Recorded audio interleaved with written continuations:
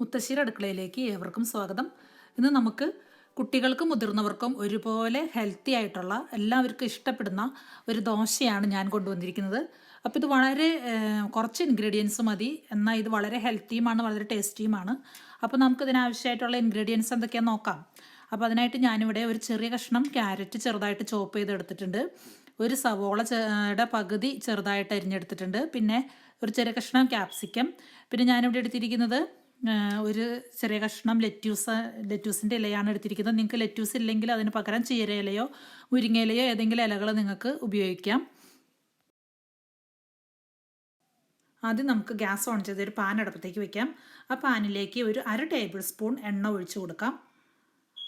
അധികം എണ്ണ ഒഴിക്കരുത്, 1/2 table spoon എണ്ണ മതി.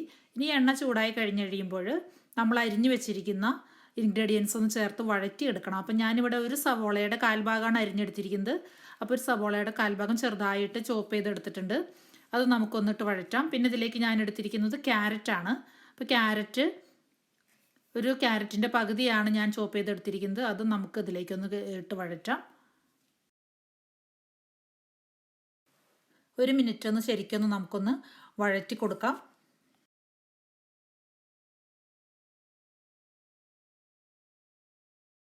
ക്യാരറ്റും സവോളയും വഴന്ന് വന്നതിന് ശേഷം ഇനി ഇതിലേക്ക് ഞാൻ ചേർക്കുന്നത് ഒരു ചെറിയ കഷ്ണം ക്യാപ്സിക്കം അരിഞ്ഞതാണ്. ക്യാപ്സിക്കം ഞാനൊരു റെഡ് കളർ ക്യാപ്സിക്കാണ് എടുത്തിരിക്കുന്നത്. അപ്പോൾ നിങ്ങൾക്ക് ഏത് കളർ വേണമെങ്കിലും എടുക്കാം. നന്നായിട്ടൊന്ന് വഴറ്റാം. ഇനി നമ്മൾക്കിതിലേക്ക് അരിഞ്ഞു വെച്ചിരിക്കുന്ന ലെറ്റ്യൂസ് ചേർത്ത് കൊടുക്കാം.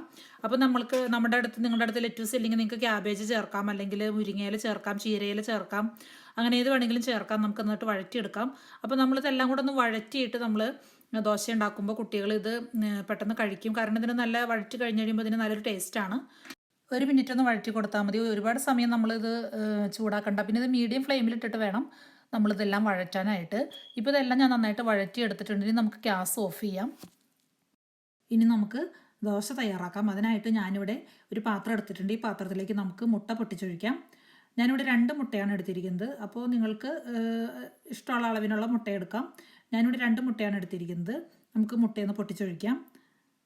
ഇനി ഈ മുട്ടയിലേക്ക് ഞാൻ 2 ടീസ്പൂൺ പഞ്ചസാര ചേർത്ത് കൊടുക്കുകയാണ്. 2 ടീസ്പൂൺ പഞ്ചസാര നമുക്ക് ചേർത്ത് കൊടുക്കാം മധുരത്തിന് വേണ്ടിയിട്ട്. ഇനി നമുക്ക് നന്നായിട്ടൊന്ന് ഈ മുട്ടയും പഞ്ചസാരയും കൂടെ നന്നായിട്ടൊന്ന് മിക്സ് ചെയ്ത് യോജിപ്പിക്കാം. ഈ മുട്ടയുടെ കൂട്ടിലേക്ക് നമ്മൾ നേരത്തെ വഴറ്റി വെച്ചിരിക്കുന്ന എല്ലാ വെജിറ്റബിൾസും ചേർത്ത് നന്നായിട്ട് മിക്സ് ചെയ്യാം. ഇനി നമുക്ക് ഈ മുട്ടയും ഈ വെജിറ്റബിൾസ് എല്ലാം കൂടെ നന്നായിട്ടൊന്ന് മിക്സ് ചെയ്ത് യോജിപ്പിക്കാം. ശരിക്ക് സ്പൂൺ വെച്ചിട്ടൊന്ന് മിക്സ് ചെയ്യാം. ഇനി നമുക്കിതിലേക്ക് 1/2 കപ്പ് പാൽ ഒഴിച്ചു കൊടുക്കാം. ഞാൻ പശുവിൻ പാലാണ് ഒഴിക്കുന്നത്. നിങ്ങൾക്ക് പാലിന് പകരം വെള്ളം ചേർക്കാം കേട്ടോ. അപ്പോൾ നിങ്ങളുടെ അടുത്ത് പാലുണ്ടെങ്കിൽ പാല് ചേർക്കാം. പാല് ചേർക്കുമ്പോൾ ദോശ കൂടുതൽ ടേസ്റ്റി ആവും. വെള്ളം ചേർത്താലും കുഴപ്പമൊന്നുമില്ല. ഇനി ഇതിലേക്ക് നമ്മൾ എടുത്തു വെച്ചിരിക്കുന്ന 1 കപ്പ് ഗോതമ്പ് പൊടി അല്ലെങ്കിൽ ആട്ടപ്പൊടി ചേർത്തിട്ട് നന്നായിട്ട് മിക്സ് ചെയ്ത് യോജിപ്പിക്കാം.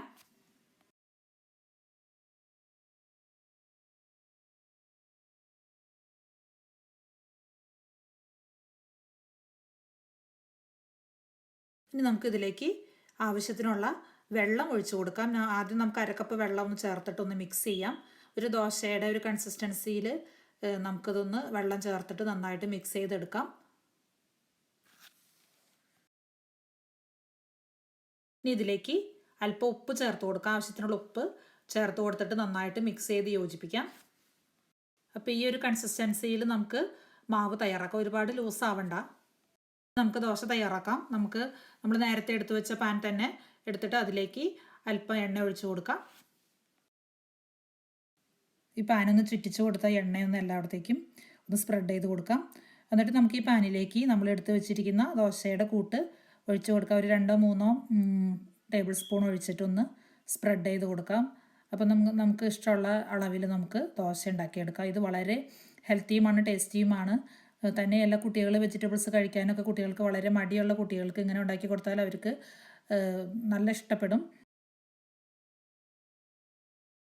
നമുക്കൊന്ന് മൂടി വെച്ച് വേവിക്കാം. ഒരു വശം വെന്ത് കഴിയുമ്പോൾ നമുക്ക് മറിച്ചിട്ടും വേവിക്കണം.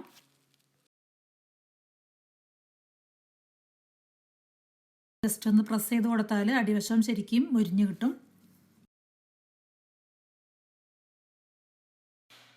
ഇപ്പോൾ കുട്ടികൾക്ക് മുതിർന്നവർക്ക് ഒരുപോലെ ഇഷ്ടപ്പെടുന്ന ഹെൽത്തി ആയിട്ടുള്ള ദോശ റെഡിയായി കഴിഞ്ഞു. ഇത് വളരെ എളുപ്പമാണ് ഉണ്ടാക്കാനായിട്ട്. നമ്മുടെ വീട്ടിലുള്ള ഇൻഗ്രീഡിയൻസ് വെച്ചിട്ട് നമുക്കിത് ഉണ്ടാക്കിയെടുക്കാവുന്നതേ ഉള്ളൂ. അപ്പോൾ നമുക്ക് ബാക്കിയുള്ള ബാറ്ററും കൂടെ ഇതുപോലെ ദോശ തയ്യാറാക്കിയെടുക്കാം. അപ്പോൾ നിങ്ങൾക്ക് ഈ ദോശ ഇഷ്ടപ്പെട്ടെങ്കിൽ നിങ്ങൾ ഈ ചാനൽ സബ്സ്ക്രൈബ് ചെയ്യുക, ലൈക്ക് ചെയ്യുക, ഷെയർ ചെയ്യുക, കമൻറ്റ് ചെയ്യുക.